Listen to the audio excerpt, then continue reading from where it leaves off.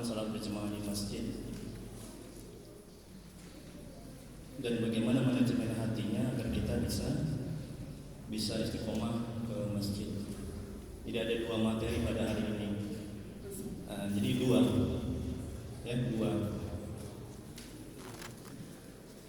Jadi kalau misalnya ibu dapat yang manajemen kolbunya, itu tolong dibagi sama bapak-bapak. Bapak ada yang dapat tidak? Jadi dua ya, satu orang dapat dua materi. Ya, kurang atau lebih? Ya.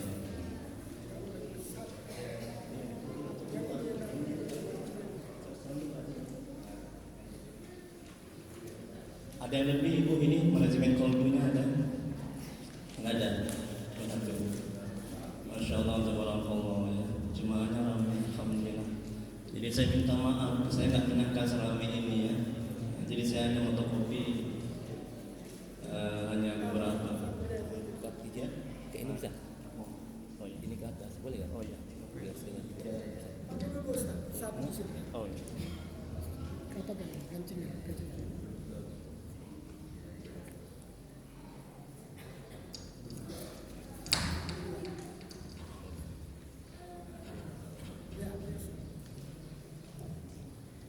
Bismillahirrahmanirrahim. Assalamualaikum warahmatullahi wabarakatuh.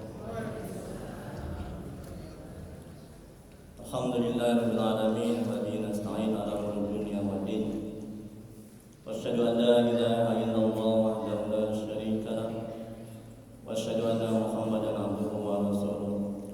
Allahumma shalli wa sallim wa barik ala sayyidina Muhammad abdika wa rasulika nabiyil ummi wa alihi wa sahbihi ajma'in.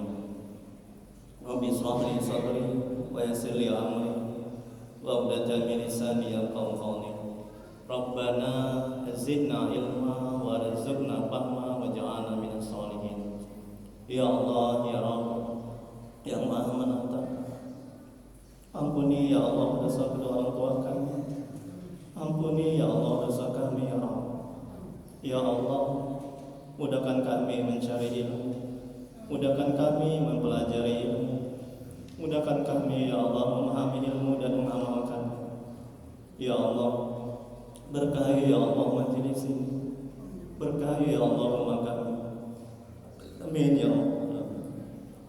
Mari kita mulai kajian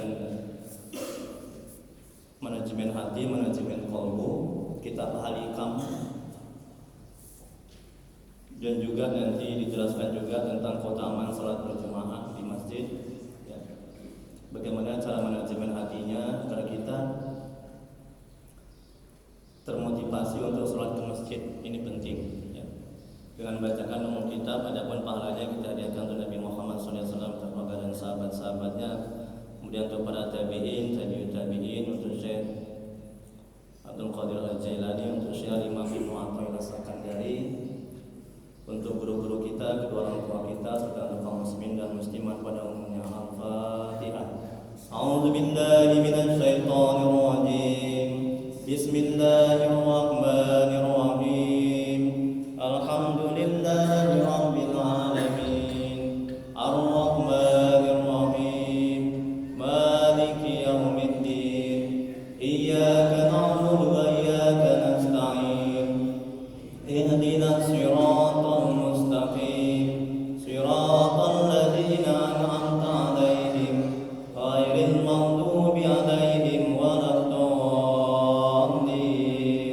Amin.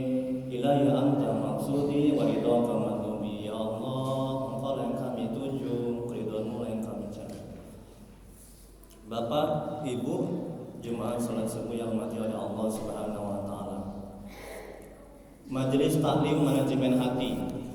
Saya lihat semuanya, jadi saya minta maaf ya, saya nggak tahu kalau segini banyaknya, masya Allah. Ya, biasa saya ngisi pengajian juga di masjid-masjid, kajian tasawuf, manajemen hati, kita bahalikan nggak sebanyak ini. Mudah-mudahan diberkahi oleh Allah Subhanahu wa taala. Ya, ini berarti lingkungannya hidup, lingkungannya berkah. Ciri-cirinya kayak macam seperti sholat Jumat. Insyaallah tabarakallah. Alhamdulillah, mudah-mudahan istiqomah ya Pak ya, Bu ya. Amin ya. Ya, jadi insya Allah nanti bulan depan, saya minggu pertama ya Pak Haji ya, bulan depan ya, selesai bulannya. Jadi insya Allah bulan depan nanti saya fotokopi lagi nanti.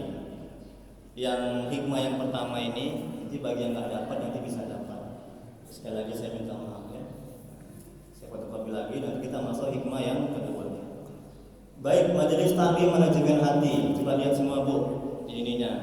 Ya, jadi satu majelis taklim manajemen hati materinya.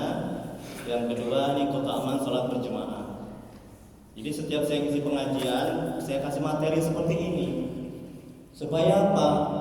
Supaya nanti nggak lupa nanti ilmunya. Jadi di rumah bisa dibaca lagi. Nanti kalau nggak paham nanti bulan depan ditanyakan lagi. Gitu ya. Ustadz Triwidya Sandika SSM Hum, saya S2 M.Hum Master Bahasa Inggris. Nggak sombong, cuma ampus dikit, nggak bercanda ya. Jadi bahasa Inggris saya itu dari pesantren bekalnya. Jadi saya pesantren di Madura, di Jawa Timur, Perenduan Sumeneb Madura. Bekal saya dari situ, ilmu bahasa Inggris, bahasa Arab, ilmu agama, ilmu tasawuf, ilmu tentang hati. Jadi kalau Bapak Ibu mau selamat dunia akhirat, bagusi hati. Ini hati ini penting, wajib hukumnya mempelajari ilmu tentang hati. Macam mana orang mau khusyuk sholat kalau hatinya nggak baik? Bagaimana bisa ikhlas pekerjaan hati? Bagaimana bisa istiqomah pekerjaan hati? Agar tidak sombong, takabur, riya, ujub, dendam hati. Masya Allah, tabarakallah. Ya. Jadi perbaiki hati. Jagalah hati, jangan kau kotori. Jagalah hati, lentera hidup ini. Masya Allah, hati. Ini penting sekali. Makanya pengurus kenajiran tepat sekali di minggu pertama lagi kajian tentang hati. Semoga Allah memberkahi ya, merahmati pengurus masjid ini. Amin rabbal alamin. Masjidnya Masya Allah tabarakallah, ciri-ciri orang yang beriman. Kemudian berikutnya dosen tetap UIN, dosen terbaik 2009. Dosen terbaik LP3I, ini bukan promosi. Tapi saya sekarang nggak di LP3 lagi. Sekarang sudah universitas di UIN. Jadi kalau hati kita bagus, kita akan menjadi yang terbaik. Sholat terbaik, jadi suami yang terbaik, istri yang terbaik. Masuk surga yang terbaik, itu buah dari hati. Tengok itu Bu. Ya. Ketika tetangga beli kulkas, kita nggak kedinginan. Kenapa? Karena hati kita bagus. Ada temannya naik pangkat, dia yang opname, kepanasan. Ya. Tetangganya beli gelang, dia yang dirujuk ke rumah sakit. Hatinya dengki, iri, senang melihat orang susah, susah melihat orang senang. La ilaha illallah. Kiamat dunia itu. Kemudian berikutnya santri Al-Amin Madura. Berikutnya mengajar Al-Quran, tasawuf, tauhid, fikih, ruqyah. Kemarin sebelum Covid ada ruqyah berjemaah di rumah, gratis setiap bulan. Masya Allah, tabarakallah. Yang kena santet, yang didukuni, yang suaminya lincah lagi, Masya Allah. Ya, itu di ruqyah. Alhamdulillah atas izin Allah sembuh. Jadi kalau udah nggak ada Covid lagi, kita buka lagi setiap bulan. Ya, ruqyah. Yang anaknya itu susah untuk taat, yang istrinya susah untuk taat, yang suaminya susah untuk taat, di ruqyah. Atas izin Allah sembuh. Kita bacakan surat Yasin, ayat kursi 7 kali, Al-Fatihah 7 kali, Al-Ikhlas, Al-Falaq, An-Nas. Hembuskan ke air. Kita pakai daun bidang. Nanti saya share nanti. Saya ada grup manajemen hati. Ini ada nomornya, bisa digabung. Saya share bagaimana cara meruqyah. Ini ruqyah syar'iyyah. Ya Bu ya. Oh Bu. Insyaallah penuh ini. Masyaallah tabarakallah. Ya. Semoga Allah merahmati. Senang sekali saya bisa silaturahim. Terima kasih pengurus PKM-nya sudah memanggil saya. Ya. Kemudian berikutnya di Masjid Al-Fajar Jalan Karya juga saya mengisi. Ya. Nanti kalau ada waktu minggu kedua datang ke sana. Mereka sudah hikmah yang keempat. Ahikam. Jadi kitabnya ada, jadi bukan kaleng-kaleng, bukan asal-asal ngaji itu. Mesti pakai kitab, ada rujukan. Betul Bu? Betul Pak Haji?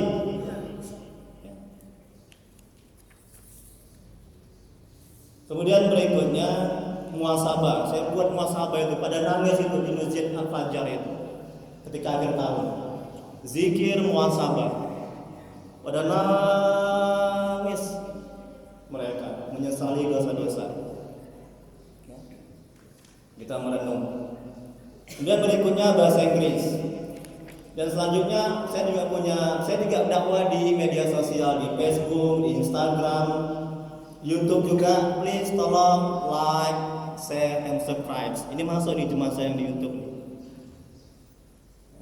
Saya doakan mudah-mudahan mendapat pahala dari Allah, dibalas dari Allah. Amin. Kemudian berikutnya nomor telepon saya, silakan gabung di WA di grup saya. Ada grup manajemen hati 1 dan 2. Di situ saya setiap hari ada berdakwah tentang manajemen hati. Kalau nggak tahu bisa ditanya di situ. Tentang ini juga Al-Hikam. Alamat Jalan Ampera, nomor 75A Medan, di samping Tapian Daya PRSU, Jalan Gatot Subroto. Jadi nggak begitu jauh ya dari sini ya. Alhamdulillah kita masih dekat.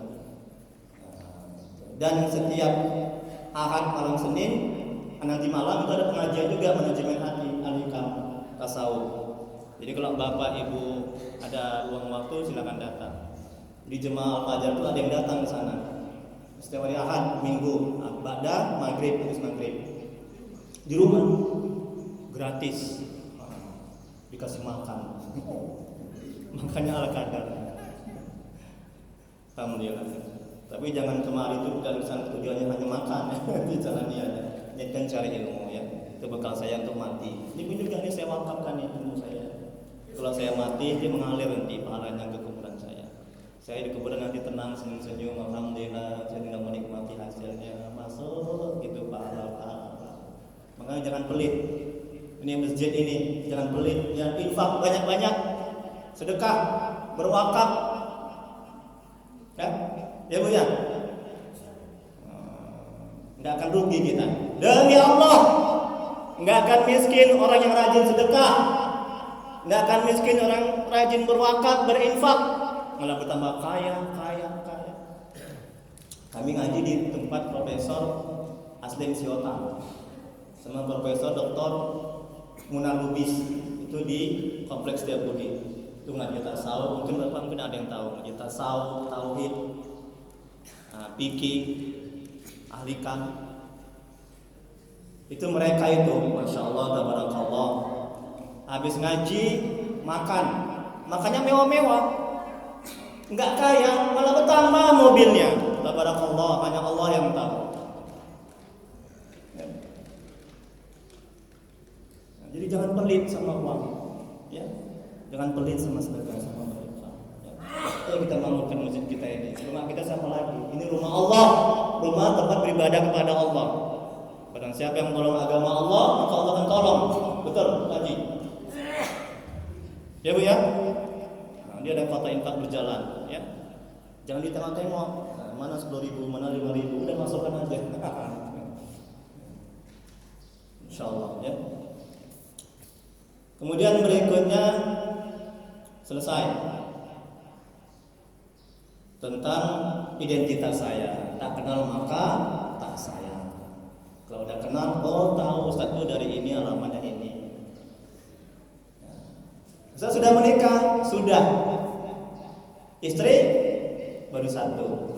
Bercanda. Bercanda Bu, ibu langsung merenggut dia. Saya jadi takut. Bercanda. Ini kalau tegang kali nanti nggak masuk ilmunya kan Bu. Jadi ngaji itu harus rileks dan juga jangan banyak ketawanya, ya. Nanti ilmu juga nggak akan masuk ke dalam hati. Ilmu itu cahaya. Cahaya Allah itu tidak akan masuk ke dalam hati orang yang bermaksiat kepada Allah. Karena tadi kita diawali dengan istighfar, mohon ampun kepada Allah. Kitab Al-Hikam, Masya Allah, tabarakallah. Saya jelaskan dulu tentang kitab Al-Hikam ini yang akan kita bahas, ya. Jadi saya juga mengisi di Masjid Muhajirin Komplek Bumi Asri. Ada yang tahu Pak Haji? Bapak, Ibu? Nah, itu komplek orang kaya. Di sana sudah tamat nih, diulang lagi kitab itu. Jadi saya banyak isi kitab Al-Hikam ini, ya. Jadi kitab ini induknya kitab tasawuf, ya, Al-Hikam, tentang hati. Jadi bagi orang yang ingin mengenal Allah, ingin dekat kepada Allah, ingin bisa bersabar, ingin khusyuk dalam ibadah, ingin membaguskan hati, kitab Al-Hikam. Masya Allah, tabarakallah. Dan kitab Al-Hikam ini sudah banyak diterjemahkan di banyak bahasa dan dipakai di banyak negara. Ini kitab karangan Syekh Imam Ibnu Athaillah Sakandari, semoga Allah merahmati dan meridhoinya. Beliau itu orang Kairo, Mesir. Beliau ulama terkenal. Banyak mengarang kitab, salah satu kitabnya yang terkenal adalah Al-Hikam. Sampai-sampai seorang ulama tasawuf mengatakan, kalaulah boleh seorang itu menggunakan bahasa Al-Hikam, ini dia memuji kitab ini, maka akan aku gunakan hikmah-hikmah yang ada di kitab Al-Hikam untuk sholat. Kalau boleh, Masya Allah, tabarakallah. Tapi kenyataannya nggak boleh kan, selain Al-Quran. Dia memuji bagusnya bahasanya, bagusnya ilmu Al-Hikam ini. Jadi Bapak Ibu beruntung mendapat kajian Al-Hikam. Mudah-mudahan nanti bisa diamalkan nanti. Ya, hati kita tenang, ada masalah, nggak ada masalah, tenang. Dipuji, dicaci, dihina, tenang. Masya Allah, Al-Hikam. Setelah kita bisa khusyuk, kita akan bisa mengobati orang. Insya Allah kalau hati kita bersih, ya, akan bagus kehidupan kita dunia akhirat. Al-Hikam. Al-Hikam jamak dari hikmah. Hikmah. Itu terkandung dari hikmah. Hikmah 1, 2 sampai hikmah 264. Ini kita baru hikmah yang pertama. Paham Bu? Suaranya nggak ada ibu-ibu nih. Paham Bu? Alhamdulillah, tabarakallah. Senang saya. Baik, kita masuk hikmah yang pertama. Nah, nanti selesai Al-Hikam ini kita buka tanya sesi jawab. Kemudian kalau saya nggak tahu jawabannya bulan depan, saya cek dulu lagi. Karena saya takut berdosa salah menjawabnya. Dan saya berusaha menjawab banyak. Kemudian sesi yang kedua kita jelaskan tentang keutamaan sholat berjemaah di masjid, agar para remaja, bapak-bapak, ibu-ibu tertarik untuk sholat di masjid, kemudian memakmurkan masjid, kemudian agar menghindari perpecahan antara jemaah. Macam mana manajemen hatinya agar bisa kuat pengurus masjid ini, agar bisa bagus, agar bisa kompak. Bagaimana manajemen hatinya, ya, agar lebih penuh ini, lebih suka orang sembahyang ke masjid ketimbang di rumah. Macam mana manajemen hatinya? Kembali ke Al-Hikam, semuanya hati itu Pak. Ya,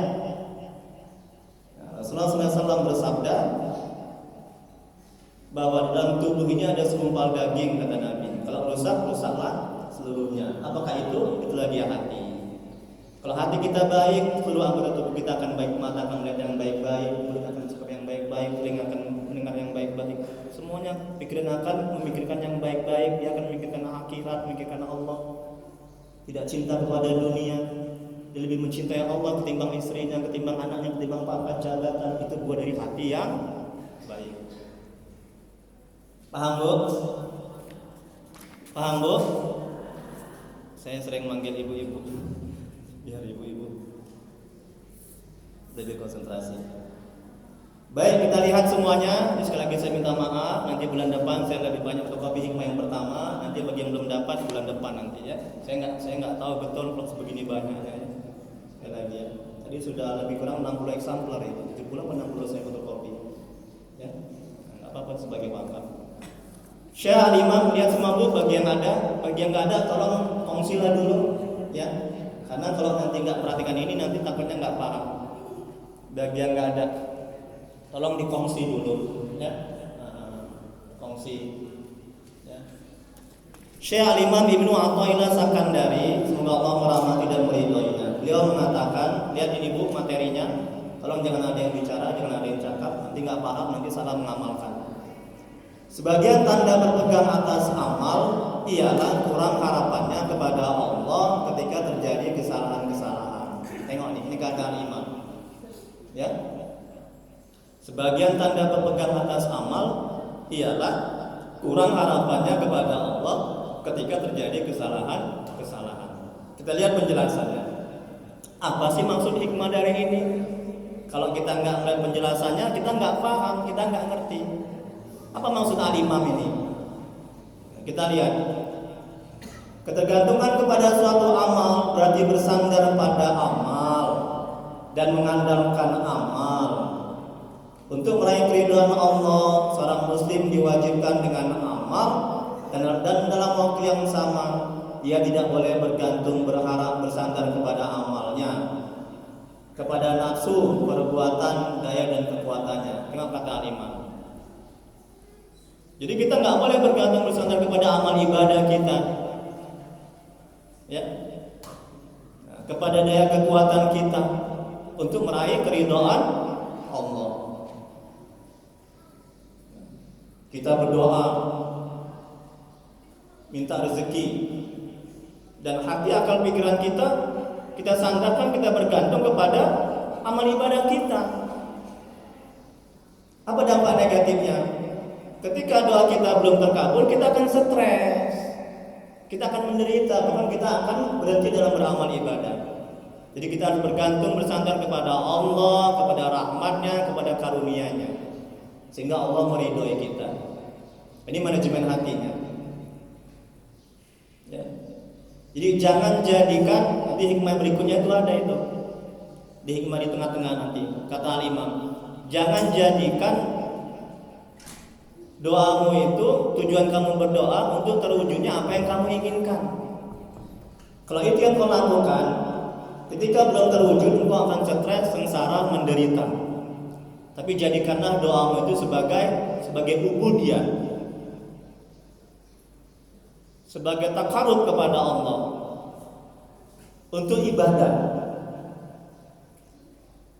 Ustaz, saya udah lama tahajud, kok sakit saya kok nggak sembuh-sembuh? Ini akibat bergantung bersandar kepada amal, kepada sedekah. Jangan.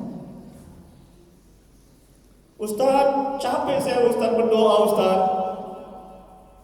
Ya, sudah lama saya berdoa Ustaz. Terima kasih Pak Haji ya, semoga Allah membalas Pak Haji.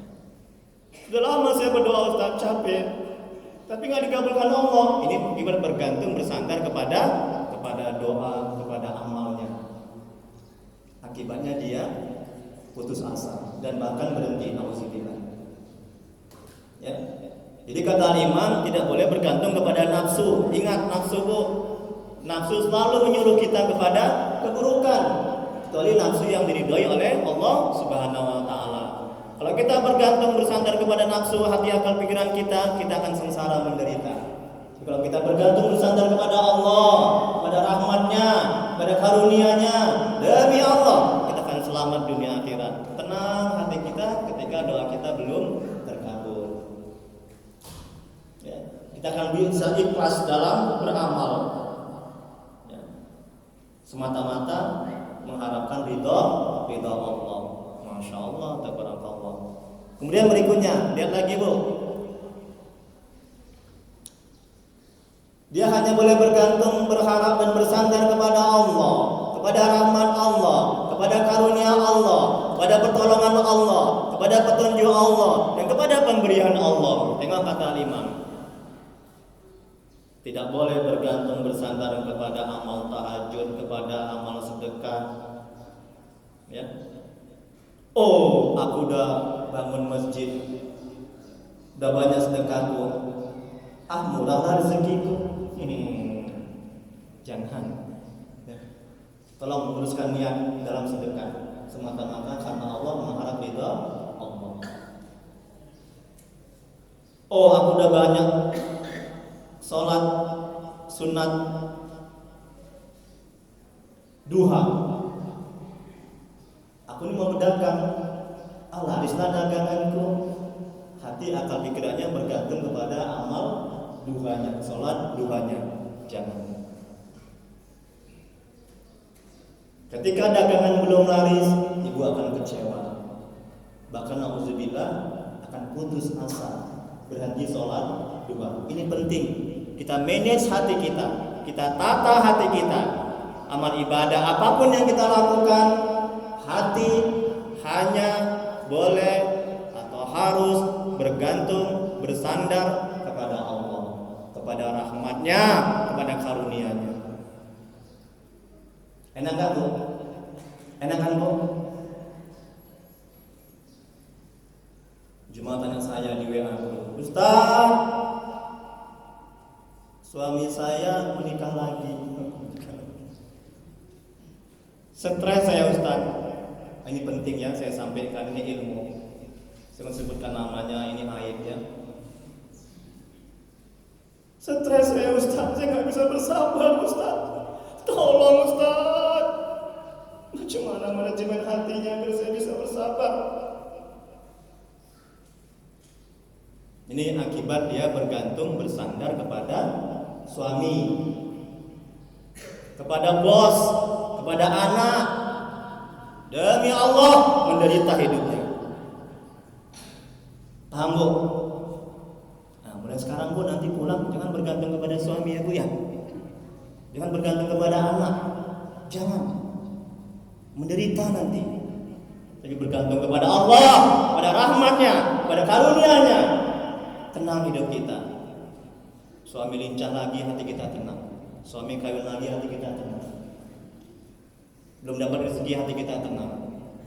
Manajemen hati. Ingat itu, amalkan. Ya Bu ya. Ustaz, ada lagi yang tanya. Lama jadi Ustaz, banyak yang curhat. Istri saya Ustaz, susah kali sholat. Bapak cinta, sangat cinta Ustaz, sangat sayang Ustaz. Tapi stres yang dibuatnya Ustaz. Mau saya tinggalin cintanya, saya udah kuat. Mau saya cari lagi, saya nggak sanggup. Tengok itu Bu. Ini akibat dia bergantung, bersandar hatinya kepada istri. Serius sekali Bu ini dengarkan. Alhamdulillah, Ibu semuanya menyimak ya. Saya senang sekali. Ini penting, ini real, kenyataan. Betul Pak Haji? Di masyarakat ini banyak ini. Hati-hati, ya. Coba hati kita ini coba terus dijaga, terus lurus, bersihkan hati dengan berzikir, ingat kepada Allah dengan banyak bersolawat, dengan banyak ketaatan.